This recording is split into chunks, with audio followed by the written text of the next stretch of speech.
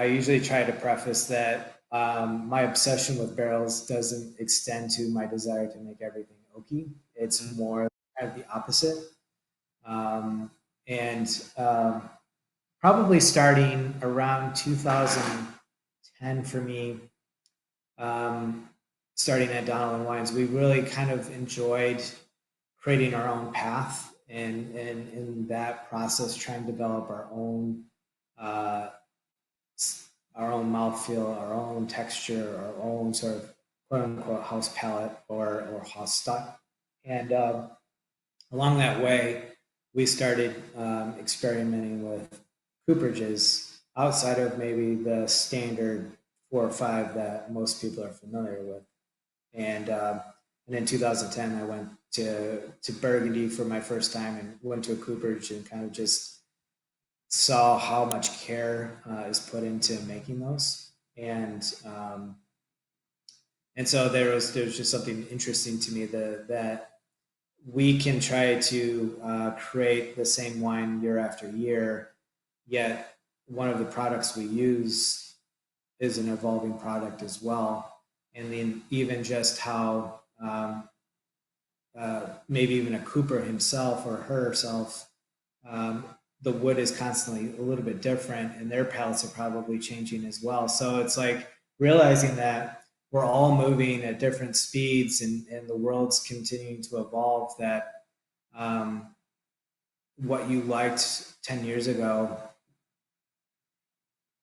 may still not be that way, and your palate constantly evolves too. So anyway, as I started diving into it, I realized that something really interesting was happening in the barrel business, and that there was some mass consolidation happening around the year 2010, and probably even previously. But basically, like most industries, there's a lot of consolidation happening.